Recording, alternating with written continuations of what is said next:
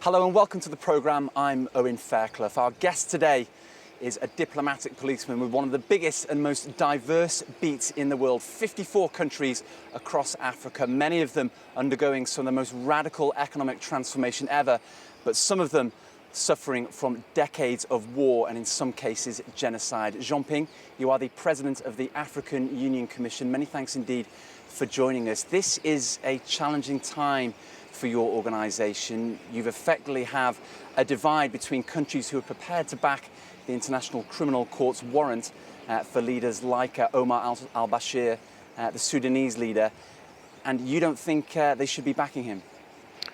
Well, it is more complex than what you are saying. We have noticed that there are double standards. That's our problem. We have nothing against the ICC. It's the contrary. The ICC comprises a little bit more than 120 or 30 members, among which 33 are Africans. That's to say that we represent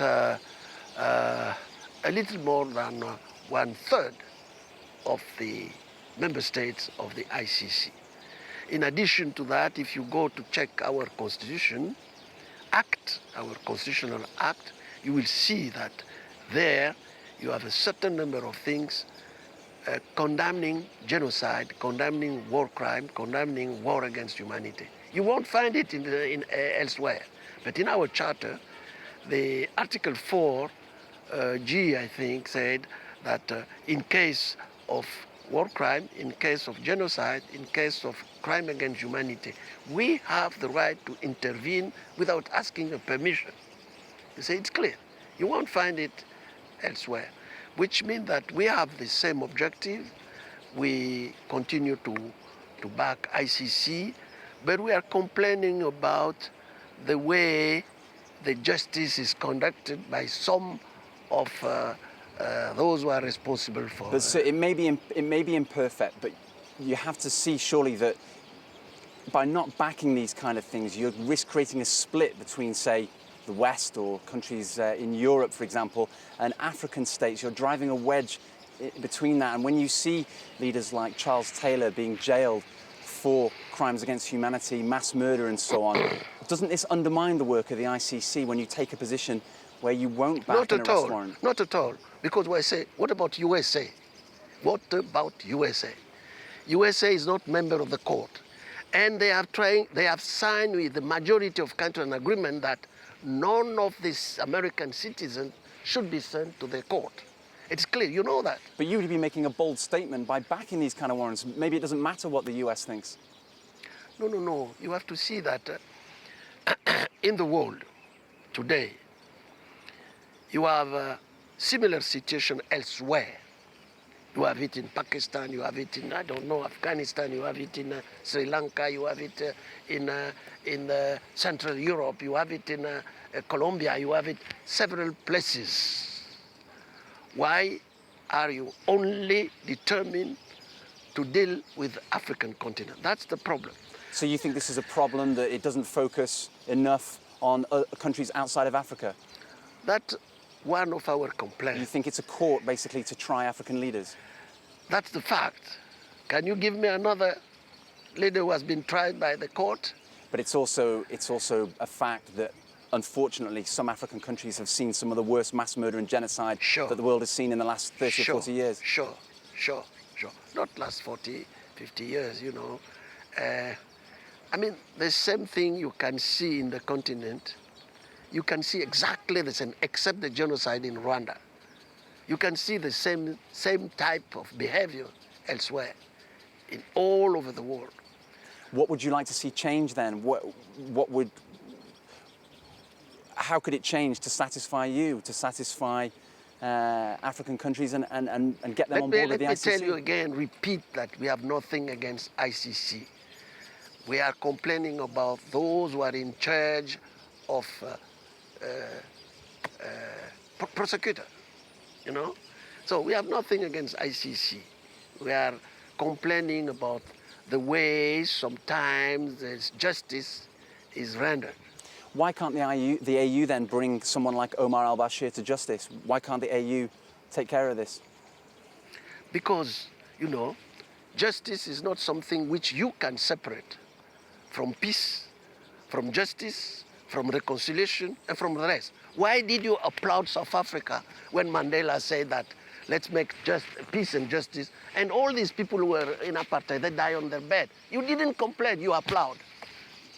Why? But again, it's an imperfect system, but we have the ICC, we have a court that has proved it can convict criminals, that can bring them to justice. You have to start somewhere.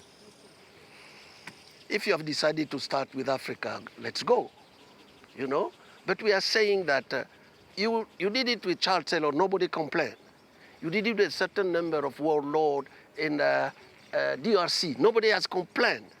But we say that in Sudan, we have a problem of peace, we have a problem of justice, we have a problem of security. You can't ignore that. But it's also a problem for you, sir, if when you have a member state like Malawi that doesn't host a meeting, for example, because it backs that arrest warrant for someone like al-Bashir, and you don't. That's a problem within your organisation. That's a division within your own organisation. What do you mean? You don't have division in Europe? You don't have division in Europe? Why, when you talk about Libya, Germany was not with you, and you continue to say we are together, but Africanism, all of us are divided, which is normal. You can't have unanimity. You have division everywhere, and there are division in Africa. The problem of Malawi is a complex issue because we have our own rules, which stated that if you sign an agreement to host an African Union summit, you have to respect all the laws which are under that. Due to the pressure of many countries, mainly the European, including the Americans, they don't put pressure on themselves, they put the pressure outside. They have been asking, in fact, Malawi not to host that meeting, And it is Malawi who declared that I'm not going to host that meeting because of Bashir, in order to satisfy your request. But under a lot of pressure. Pressure of whom? Under pressure from the international community. That's right. That's right. That's right. So it is not African Union, We're in Gabon, your home country. You're, if I may say, almost a sort of living advertisement for what's happening in Africa. You are of mixed parentage. A Chinese father, a Gabonese mother. You're almost an advert for what is happening in this continent. We're seeing massive investment from China, transforming countries like Gabon, transforming other countries. Where do you see this all going? Well, I think that it should be clearly stated that Africa, Europe, America today needs investment. You have the problem of Greece. Don't forget that Greece is bankrupt. They need investment. Where are you going to find investors? Only where they have extra saving. Where are these extra savings? It's not a miracle, a secret to say that these extra savings are in Asia, in India, in China, in South Korea, and in the Middle East, in the Gulf. Are you saying Africa maybe doesn't need Europe anymore? Africa can turn to China? No. Europe needs China. We need China. We need Europe. We need America. That's why we're organizing such a summit, saying to you, to European, to China, what are you afraid about? Why don't you come? Ask the Chinese if they don't make money. Who has killed a Chinese in the continent during the war? Nobody. If something has happened to Chinese, it's in Canada. I think it's obvious that Europe is perhaps missing something here and a little bit behind the curve.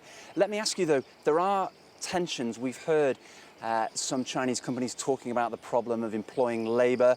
There are sometimes under the surface tensions that Chinese companies have to sometimes bring in their own labor because the local labor force can't meet those needs. That is a problem, surely, isn't it? It is. It is indeed. It is a problem. First of all, it's a matter of negotiations. We have to negotiate clearly the term of our agreement with Chinese. Are you talking about having percentages, quotas on the numbers of foreign workers? all these things can be negotiated, you know.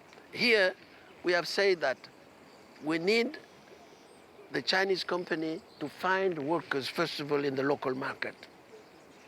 They might not find it, for sure. And then they have to go to the neighboring countries, you know, to find them. If they can't find them, then we will accept, you know, bringing these foreigners. One of the priorities has to be as well, we hear a lot about African countries not really trading with each other. That is a big problem that has to be overcome. What kind of vision do you have for that, to try and have African countries creating manufactured goods that they can trade with each other? This is the main problem. You know, Africa do not trade with Africa. We, among us, intra-Africa trade represent roughly 10%, while in Europe, you trade for every 80% among yourself. So you can see that it's a big problem. But why we don't trade among ourselves? There are several reasons, but one of the most important factors is the lack of infrastructure. So there is a need to build infrastructure among African countries. We have a plan for that, which is called PIDA, to build roads across the continent. You know, let's talk about this. We'll have to leave it there, unfortunately, Jean-Ping. We're out of time for this edition, but many thanks indeed, Jean-Ping, the President of the African Union Commission. Thank you for being our guest. There's more news coming up here on France 24.